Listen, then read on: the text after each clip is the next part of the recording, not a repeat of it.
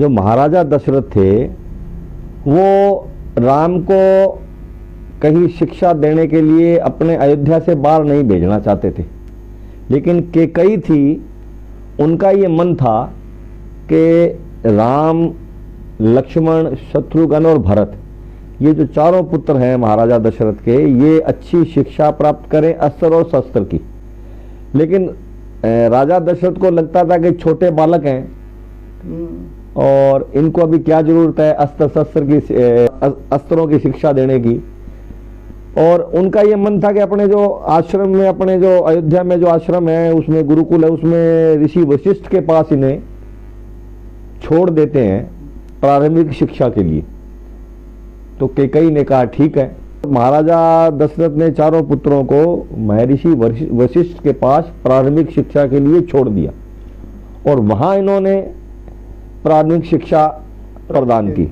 लेकिन कैकेयी को लगता था कि इतना बड़ा राज्य और उस राज्य में अगर हमारे बच्चे अपने राज्य को बचाने के लिए या किसी आने वाले संकट से लड़ने के लिए अस्त्र शस्त्रों के ज्ञाता और शिक्षा प्राप्त नहीं करेंगे तो इतने बड़े सिस्टम को कैसे संभाल पाएंगे, क्योंकि उस समय दैत्य, राक्षस इनका बड़ा बोलबाला था। तो इसलिए कैकेयी ने क्या किया कि दशरथ को बिना बताए, उसकी जानकारी में था कि जो महर्षि विश्वामित्र है ना, उन्होंने एक सिद्धाश्रम बना रखा था। आजकल भी वो जो सिद्धाश्रम है वो बिहार के पास बक्सर है। वहां कहते हैं कि गंगा नदी के किनारे आज भी उसके जो सिद्धाश्रम के अवशेष मिलते हैं। उस समय विश्वामित्र जी से मिलने के लिए महाराजा दशरथ को बिना बताए और सारथी और रथ को लेकर वो कैकेयी निकल पड़ी। कैकेयी के दिमाग में ये चल रहा था कि मैं विश्वामित्र के पास जाऊंगी कि महाराजा दशरथ तो पुत्र मोह में इतने लिप्त हैं कि वो उनको अपने राज्य से किसी अनहोनी ना हो जाए, भेजना नहीं चाहते। लेकिन मैं चाहती हूँ कि इनको अच्छी अस्त्र शस्त्र की शिक्षा मिले और अपने हमारा राज्य सुरक्षित रहे। उनका ये मन था। तो कैकेयी जब विश्वामित्र के आश्रम में गई तो उनके शिष्यों को पता लगा, तो उन्होंने महर्षि विश्वामित्र को जाकर बताया। तो उन्होंने कहा उनको सह सम्मान लाओ। उनको सह सम्मान लाए, बिठाया, आपस में बातचीत हुई। तब कैकेयी ने महर्षि विश्वामित्र को कहा कि राजा दशरथ की स्थिति है कि वो पुत्र मोह में लिप्त हैं और वो उनको भेजना नहीं चाहते, तो आप ऐसा कोई रास्ता निकालिए भाई, ये अयोध्या से बाहर निकल कर आए और आपके आश्रम में रहकर कोई शिक्षा प्राप्त करें। तो उन्होंने कहा भी मैं, आप वापस चले, मैं अयोध्या आऊंगा और आके राजा दशरथ से बात करूंगा। फिर कहा जाता है कि कुछ दिनों के बाद महर्षि विश्वामित्र राजा दशरथ से मिलने आए। उन्होंने बड़ा मान सम्मान किया और उन्होंने कहा कि मैं जब भी यज्ञ आदि करता हूं तो राक्षस मेरे यज्ञ में विघ्न डालते हैं, तो मैं राम और लक्ष्मण को अपने साथ ले जाना चाहता हूं कि यज्ञ आदि की सुरक्षा के लिए। हाँ, तो महाराजा दशरथ उस समय अड़ गए, नहीं माने। उन्होंने कहा नहीं, ये तो नहीं चल पाएगा।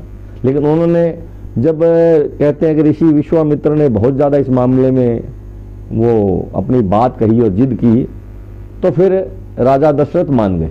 तो उन्होंने राम और लक्ष्मण को उनके साथ भेज दिया। हाँ, कि महाराजा दशरथ का और बाली का आपस में युद्ध हुआ था।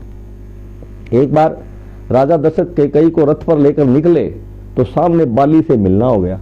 अब बाली भी बड़ा महारथी था, जिसने रावण को आकाश में दबाकर एक चक्कर लगा दिया था, अपने पूरे महल के बाहर लगा दिया था। तो आपस में कहीं उनकी चर्चा हुई तो उनका वाद विवाद बढ़ गया। जब वाद विवाद बढ़ा उनका आपस में, तो उन्होंने युद्ध के लिए ललकारा बाली ने। तो बाली के लिए प्रसिद्ध था कि बाली जिससे भी युद्ध करता था उस हाँ, वो बाली में आ जाती थी। वो आदि शक्ति जो बाली के समक्ष। हाँ, तो जब युद्ध हुआ तो राजा दशरथ उस युद्ध में लड़े, लेकिन वो बाली से जीत नहीं पाए।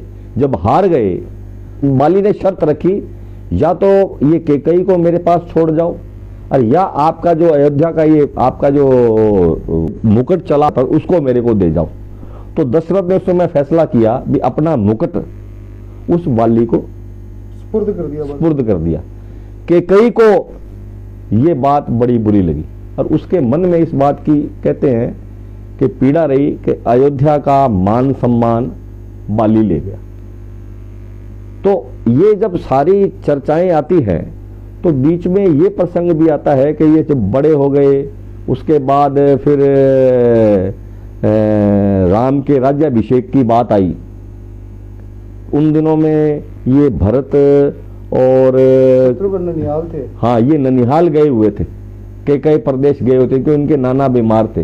तो पीछे से जब इनके राज्याभिषेक की बात आई तो फिर वो मंथरा ने वही रचना रची कि कई को बताया अभी ये है भाई आप अब वचन मांग सकते हो अपने जो दशरथ से जो दिए हुए थे। तो उन्होंने कहा अभी मैं कैकेयी को ये ध्यान था, कैकेयी और दशरथ को ध्यान था कि अयोध्या का राज मुकुट बाली के पास है और वो राज मुकुट केवल राम ही वापस ला सकता है। और ये भी कहा जाता है कि देवताओं में भी इस बात का जब राज्याभिषेक की बात आई तो देवताओं में भी खलबली मची कि ये भगवान विष्णु के भगवान श्री राम 7वें अवतार है और इन्होंने अवतार राक्षसों के वध के लिए लिया है। अगर ये राजा बन गए तो खाली ये अयोध्या के राजा बनकर रह जाएंगे नहीं, उस समय तो केवल राजा राम ही रहते। और कहते हैं कि जब वो वनवास चले गए वापस लौट गए तो मर्यादा पुरुषोत्तम भगवान श्री राम कहलाए। बिल्कुल।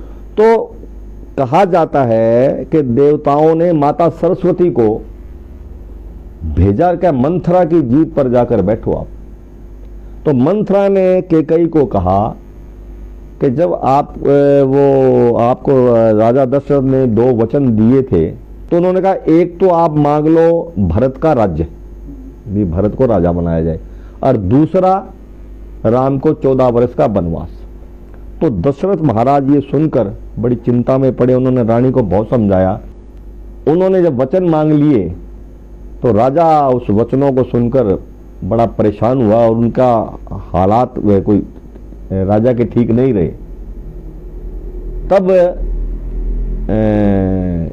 कौशल्या माँ ने कहते हैं उनको कहा बेटे को राम को भी अगर राजा दशरथ ने तुम्हें, वो अपनी माँ को कहता है कि मुझे तो राज्याभिषेक नहीं हो रहा, मुझे तो वन का राज्य बना दिया है राजा दशरथ ने। उन्होंने कहा राजा ने वन का क्या आप मना कर दो।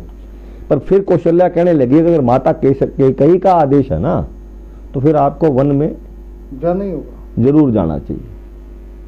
और उसके बाद फिर वो राम लक्ष्मण और सीता वन को प्रस्थान कर गए। कैकेयी जानती थी कि अयोध्या का राजमुकुट बाली से यही ला सकता है। बीच में फिर बाली का प्रश्न जब वो जाते हैं, बाली से जब युद्ध होता है, इनका आपस में संवाद होता है और बाली को जब वो भगवान राम मारते हैं क्योंकि वो कहते हैं भी तूने अपने छोटे भाई सुग्रीव की पत्नी तारा का हरण किया है, बलात् हरण किया है, उसका राज्य भी छीन लिया। तब वो बाली कहते हैं तो पूछते कि हमारे अयोध्या का जो मुकुट था वो आप लेकर आए थे मेरे पिता के पास। उन्होंने कहा ये अयोध्या का मुकुट मेरे से जब मैंने रावण को बंदी बनाया था तो मेरे से छल करके रावण ले गया था और वो रावण के पास है। तो उन्होंने कहा आएगा कैसे? उन्होंने कहा ये मेरा पुत्र अंगद है, मैं आपकी सेवा में देकर जा रहा हूँ, ये आपको वो मुकुट वापस ला देगा। और फिर वो जाकर वो पैर जमा देता है और फिर बड़े बड़े योद्धा उसका पैर उखाड़ने के लिए आते हैं। जब नहीं तो रावण जब आता है तो पैर थोड़ा पीछे खींचा, मुकुट गिर जाता है और अंगद वो मुकुट उठाकर ले आता है और लाकर वापस प्रभु श्री राम, हाँ, वो फिर कहते हैं कि अयोध्या भिजवा देते हैं।